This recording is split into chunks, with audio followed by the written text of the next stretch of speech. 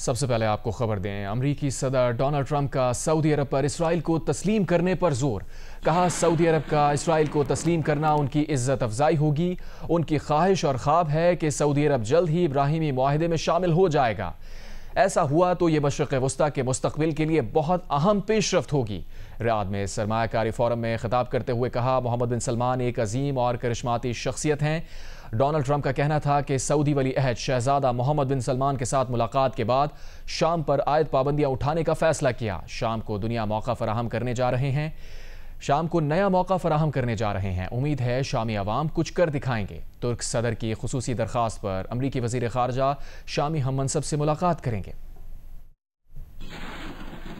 जनूबी खज़ा में इसराइल का बड़ा हमला, खान यूनिस के यूरोपीय अस्पताल के अहाते में बंकर बस्टर बमों से बमबारी। कई मकामात पर गहरे गड्ढे पड़ गए। करीब खड़ी बस जमीन में धंस गई। जख्मियों को निकालने वालों पर भी बमबारी। 20 से ज्यादा अफराद शहीद, 70 जख्मी। फलस्तीनी ज़राए के मुताबिक हमले में इसराइल याह्या सिनवार के भाई मोहम्मद सिनवार को निशाना बनाना चाहता था। इसराइल का अस्पताल में हमास के ज़ेर ज़मीन कमांड एंड कंट्रोल कॉम्प्लेक्स को निशाना बनाने का दावा। गजा के दीगर इलाकों पर भी हमले जारी। 24 घंटों में मजीद 60 से ज्यादा अफराद शहीद। अल-क़स्साम ब्रिगेड्स का गजा शहर में इसराइली फौजी की हलाकत का दावा।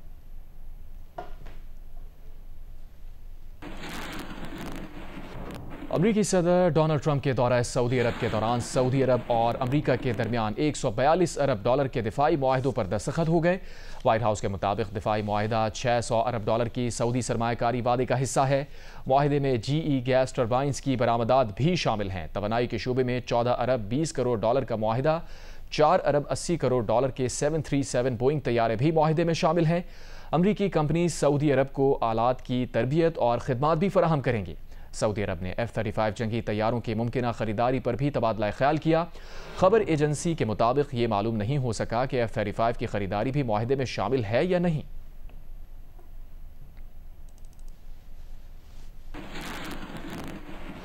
अमरीकी सदर ट्रंप ने रियाद में सरमायाकारी फोरम में खिताब करते हुए कहा कि चंद दिन कबल उनकी इंतजामिया ने पाकिस्तान और भारत के दरमियान बढ़ते हुए पुरतशद्दुद हमलों को ख़त्म कराने के लिए बड़ी कामयाबी और तारीखी फायरबंदी कराई। इस मकसद के लिए उन्होंने तिजारत को इस्तेमाल किया और दोनों ममालिक से कहा कि एक दूसरे पर एटमी मिसाइल फेंकने के बजाय आओ आपस में तिजारत करते हैं। और यूं जंग रुक गई। उन्होंने उम्मीद जाहिर की कि ये जंग रुकी रहेगी। दोनों में अब कुछ बात बनने लगी है और अच्छा होगा कि वो जाकर एक साथ डिनर करें, वरना ये जंग ऐसी थी कि इसमें लाखों लोग मर सकते थे। तुर्की के सदर रजब तय्यब एर्दोआन ने एक बार फिर पाकिस्तान की भरपूर हिमायत का वाज़े ऐलान किया है। काबीना इजलास से खिताब में उन्होंने कहा कि पाकिस्तान इश्तिआल अंगेज़ी में ना फंसे। तुर्की अच्छे और बुरे हर वक्त में पाकिस्तानी कौम के साथ खड़ा है। कहा, वो चाहते हैं कि जंगबंदी से कायम पुरसुकून माहौल तमाम मसाइल बिलखुसूस पानी के मसले को हल और आसान बनाए। रजब तय्यब एर्दोआन ने कहा कि उन्होंने अपने भाई वज़ीर आज़म शहबाज शरीफ को टेलीफोन किया। तुर्की पाकिस्तानी भाइयों को उनके सब्र तहम्मुल और दानिशमंदाना मौक़िफ़ पर एक बार फिर मुबारकबाद पेश करता है।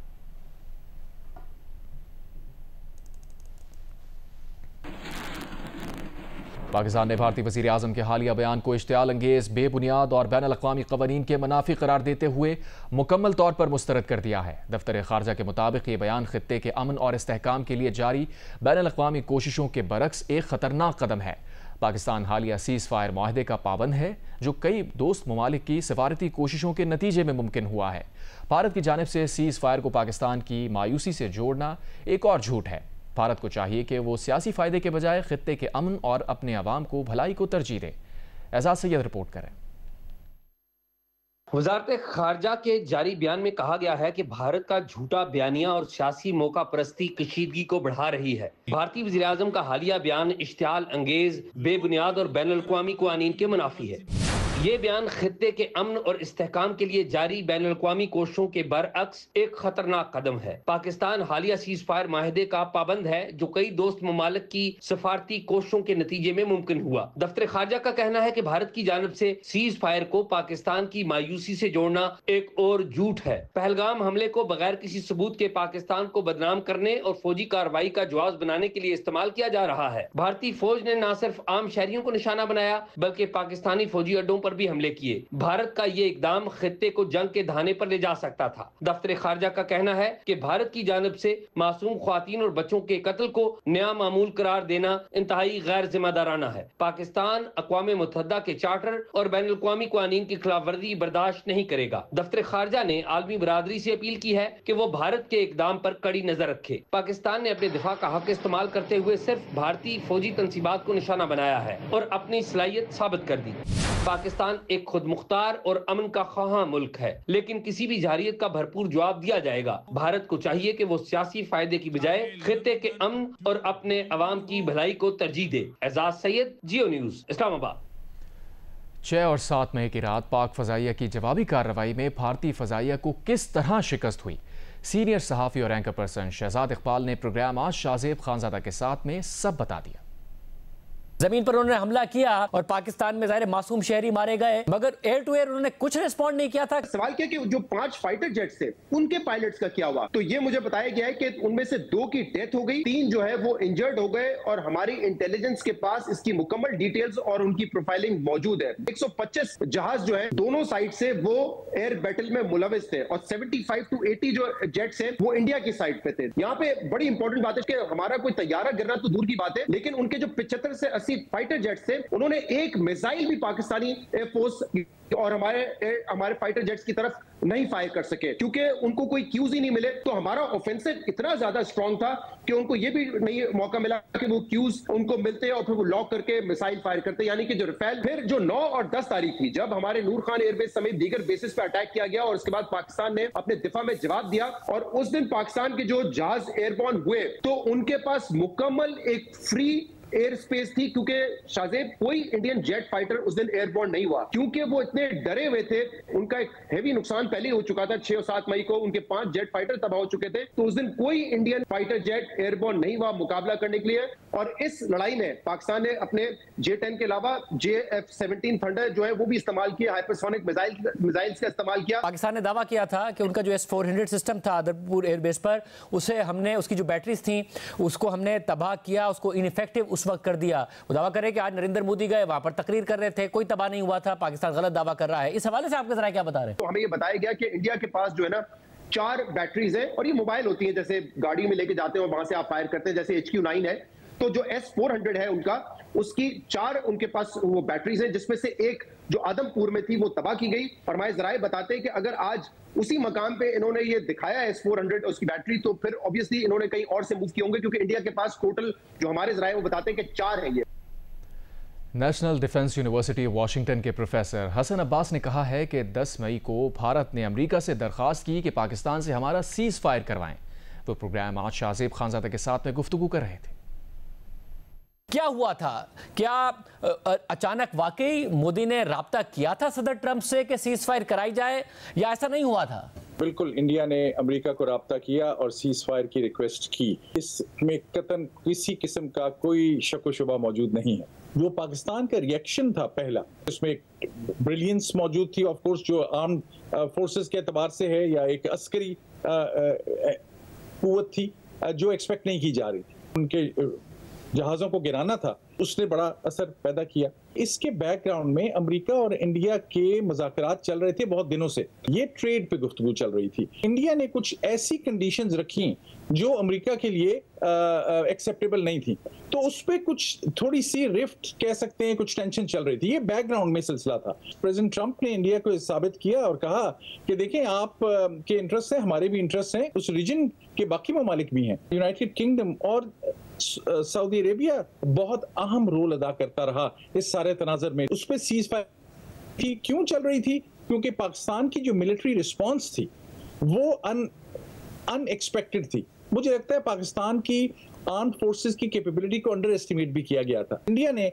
ये अमेरिका को निशानदेही की थी, या ये साबित करने की कोशिश की थी कि ये हम इनको खुद डील कर लेंगे, आपको बीच में पड़ने की जरूरत नहीं है। जो रिस्ट्रेंट और इंटेलिजेंस पाकिस्तान ने शो की इस पूरी डीलिंग में, उसने भी अननर्व किया इंडिया को। आप इन्वेस्टिगेट करें न्यूट्रल थर्ड पार्टी से, ये भी इंडिया एक्सपेक्ट नहीं कर रहा था, और इंडिया का नैरेटिव एक्सेप्ट नहीं हुआ था। वो उनको अंदाजा नहीं था कि पाकिस्तान की सेकंड स्ट्राइक जो पाकिस्तान ने की वो भी बड़ी सख्त थी। सदर ट्रंप ने जो ट्वीट्स की वो पाकिस्तान को तो सुनहरी हरूफ में लिखनी चाहिए।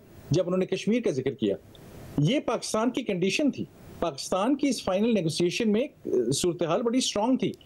इंडिया के कहने पे सीज फायर तो हो गया, लेकिन जब पाकिस्तान को कहा गया कि अच्छा अब इंडिया चाहता है सीज फायर हो और आपकी जो बात यूके से और सऊदी अरब से चल रही थी उस सीज फायर को हम अनाउंस करने लगे, तो पाकिस्तान ने कहा ठीक है जनाब, रिक्वेस्ट आपकी जानिब से आई है, लेकिन कश्मीर का जिक्र होना जरूरी है, वरना कश्मीर का जिक्र ना होता। ये अब जो रुख इख्तियार किया है इंडिया की पॉलिसी ने, जो इंडिया के सबसे बड़े हामी हैं अमेरिका में, स्कॉलर्स हैं, पॉलिसी मेकर्स हैं, वो सब भी खामोश हैं। इंडिया को ये कहना कि आपसे ट्रेड बंद कर देंगे, ये इंडिया के लिए एक बड़ा सेवियर चैलेंज की सूरत में सामने आई है सारी बात।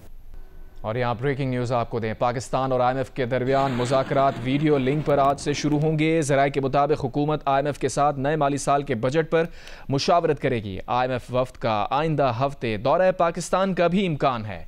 पाकिस्तान और IMF के दरमियान वीडियो लिंक मुज़ाकरात आज से शुरू होंगे। ज़राए के मुताबिक हुकूमत IMF के साथ नए माली साल के बजट पर मुशावरत करेगी। IMF वफ्द का आइंदा हफ्ते दौरा पाकिस्तान का भी इम्कान है। भारत के खिलाफ पाक फ़ज़ाइया के शाहीनों की शानदार कारकर्दगी की तफसीलात सामने आ गई हैं। जब 6 और 7 मई को भारत ने जम्मू कश्मीर और शेखुपुरा में शहरी तंजीबात को निशाना बनाया, तो पाक फ़ज़ाइया के सरबरा air chief marshal Zaheer Ahmed Babar Sidhu ने ऑफेंसिव काउंटर एयर ऑपरेशन शुरू करने की हिदायत की। खुफिया कमांड सेंटर में बैठकर सारे ऑपरेशन को खुद लीड किया। फ़ज़ाई झड़प में पाकिस्तान के शाहीनों ने 5 भारतीय तैयारे मार गिराए। सिक्योरिटी ज़राए के मुताबिक तबाह होने वाले भारतीय तैयारे अनंतनाग, पामपुरा, अखनौर, रामबन और भटिंडा में गिरकर तबाह हुए। इन तैयारों के पायलट्स न सिर्फ हलाक व ज़ख्मी हुए बल्कि कुछ लापता भी हैं।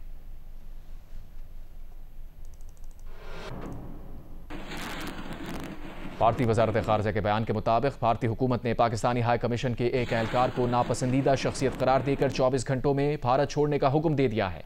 इस हवाले से जारी भारतीय प्रेस रिलीज के मुताबिक दिल्ली में पाकिस्तानी हाई कमीशन के नाज़िम उल उमूर को डीमार्श किया गया है। इसी दौरान भारतीय मीडिया ने दावा किया है कि भारतीय पंजाब में एक खातून समेत 2 अफराद को मुबैना तौर पर पाकिस्तान के लिए जासूसी के इल्ज़ाम में गिरफ्तार भी किया गया है। मुबैना तौर पर दोनों अफराद पर पाकिस्तानी हाई कमीशन के एक एहलकार को भारतीय फ़ौज की नकलो हरकत की मालूमात फराहम करने का इल्ज़ाम है। भारतीय वजारत ख़ारजा के बयान के मुताबिक भारतीय हुकूमत ने पाकिस्तानी हाई कमीशन के एक एहलकार को नापसंदीदा शख्सियत करार देकर 24 घंटे में भारत छोड़ने का हुक्म दिया है।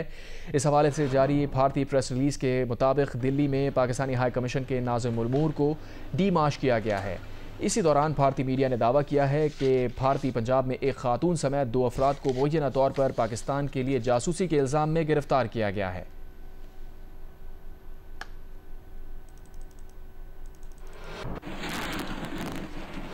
भारतीय हाई कमीशन इस्लामाबाद का एक एहलकार नापसंदीदा शख्सियत करार। दफ्तर खारजा के मुताबिक भारतीय एहलकार सिफारती हैसियत के मुनाफी सरगर्मियों में मुलव्वस पाया गया। तर्जमान दफ्तर खारजा के मुताबिक भारतीय एहलकार को 24 घंटे में पाकिस्तान छोड़ने की हिदायत की गई है। दफ्तर खारजा ने भारतीय नाज़िम उल उमूर को तलब करके फैसले से आगाह कर दिया है।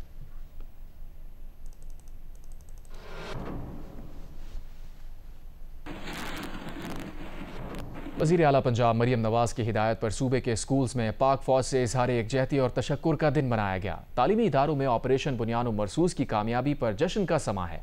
नन्हे बच्चों ने पाक फौज के सरबरा की तस्वीर उठाकर यूनिफॉर्म पहनकर मार्च पास्ट किया। मसनूई जंग का माहौल बनाकर भारत को शिकस्त देने का मंजर भी काबिल दीद था। ऑपरेशन बुनियानुम मरसूस की तारीखी कामयाबी पर पंजाब के स्कूलों में मुख्तलिफ तकारीब का इनेकाद। तलबा और तालबात ने अफवाज पाकिस्तान की जुर्रत और शुजाअत को सलाम, पाक फ़ज़ाइया के जांबाजों को खिराज तहसीन पेश किया। कसूर के तलबा की रैली की क़यादत सूबाई वज़ीर तालीम राना सिकंदर हयात ने की। एक स्कूल के नन्हे तलबा ने मसनूई जंग का माहौल बनाकर दुश्मन को बुरी तरह बिछाड़ दिया। नन्हे तलबा ने सरहदी गाँव के कच्चे घरों के मॉडल भी बनाए। पत्तोकी के गर्ल्स स्कूल की तालबात ने भी मार्च पास्ट किया। नारे लगाकर पाक फौज को खिराज तहसीन पेश किया। गवर्नमेंट बॉयज स्कूल पत्तोकी में मिठाई तकसीम करने के अलावा रैली भी निकाली गई। तलबा ने पाक फौज जिंदाबाद, पाकिस्तान पाइंदाबाद के नारे लगाए। उसातिज़ा और तलबा का कहना था कि जानों की परवाह किए बगैर मादरे वतन का दिफा करते हुए दुश्मन को मुंह तोड़ जवाब देने वाले बहादुर जवान ही हमारे हकीकी हीरो हैं। पाक फौज से इजहार यकजहती के लिए आज भी आज़ाद कश्मीर समेत मुल्क भर में रैलियां निकाली गईं। तुलबा और तालिबात, सियासी जमातों, सिविल सोसाइटी ने फूल निछावर करके जगह जगह फौजी जवानों का पुरतपाक इस्तकबाल किया, मिठाइयाँ भी खिलाईं। आज़ाद कश्मीर में तालीमी इदारे और कारोबारी मराकज़ भी खुल गए।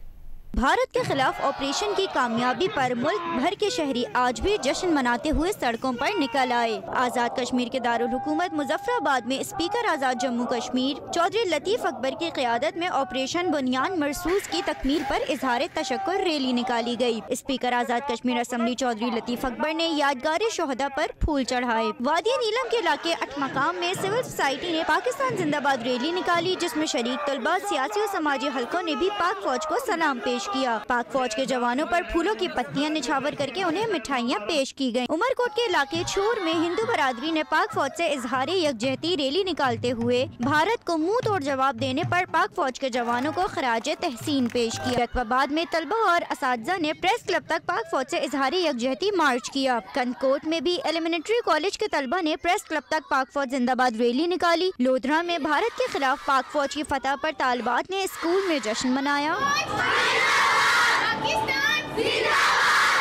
हाफजाबाद में लीगी कारकुनों ने फवारा चौक तक पाक फौज जिंदाबाद रैली निकाली। नारोवाल और कमालिया में भी निजी इदारों में पाक फौज के हक में यौम तशक्कुर की तकरीबात मुनक्किद की गयी। वफाकी वज़ीर मुस्तफ़ा कमाल ने भारतीय जारहत के दौरान शहीद होने वाले जवान उस्मान खालिद और राजा शहपाल के गाँव जाकर उनके अहले खाना से मुलाकात की और शोहदा को खराज अक़ीदत पेश किया। मुस्तफ़ा कमाल ने इस मौके पर कहा कि कौम उस्मान जैसे बेटों पर नाज करती है जो मादरे वतन के दिफा में जान का नजराना पेश करते हैं। इस मौके पर ब्रिगेड कमांडर ब्रिगेडियर समीउल्लाह भी वफाकी वजीर के हमरा थे।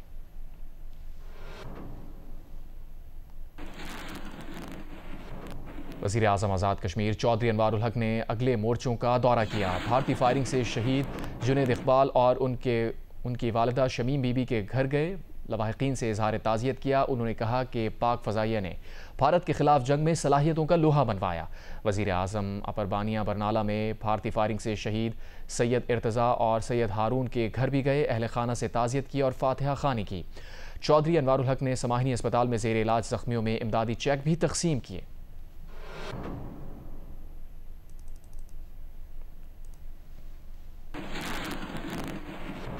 इमरजेंसी सर्विसेज पंजाब के सेक्रेटरी डॉक्टर रिजवान नसीर का कहना है कि हंगामी हालात के पेश नज़र पंजाब भर में सिविल डिफेंस की तरबियत फराहम की जा रही है। अब तक 1,04,000 से ज़्यादा अफराद को तरबियत फराहम कर चुके हैं। तर्जुमान पंजाब इमरजेंसी सर्विसेज के मुताबिक डॉक्टर रिजवान नसीर का कहना है कि रेस्क्यू 1122 की टीम्स कॉलेज और यूनिवर्सिटीज़ में तरबियत फराहम कर रही हैं। शहरी हर तहसील और ज़िले में कायम कम्यूनिटी रेस्क्यू स्टेशन से भी तरबियत हासिल कर सकते हैं। तरबियत का मकसद नागहानी सूरत हाल से नबरदाज़ ना होना और लोगों को एहसास तहफ़्फ़ुज़ फराहम करना है। उनका कहना है कि हंगामी हालात में इनखला ज़िंदगी बचाने के लिए बुनियादी फ़र्स्ट एड, खून रोकना, मशकूक अशिया पर रद्द अमल और शहरी की बुनियादी जिम्मेदारियाँ तरबियत का अहम हिस्सा हैं।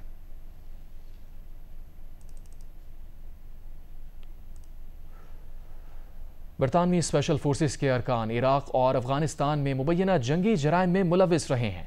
ये इंकशाफ बरतानवी नशरियाती इदारे के प्रोग्राम में किया गया है। एमनेस्टी इंटरनेशनल ने इन इल्ज़ामात की भरपूर तहकीकात का मुतालबा किया है।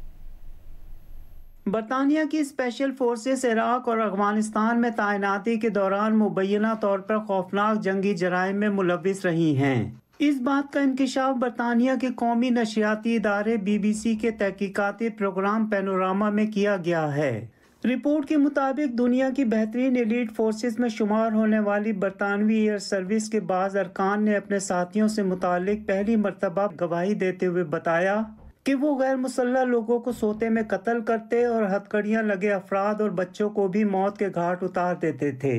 साबिक अफसर ने बताया कि एक लड़के को हथकड़ियाँ लगाकर गोली मारी गई, जबकि वो वाज़े तौर पर बच्चा नजर आ रहा था और लड़ने की उम्र को भी नहीं पहुंचा था।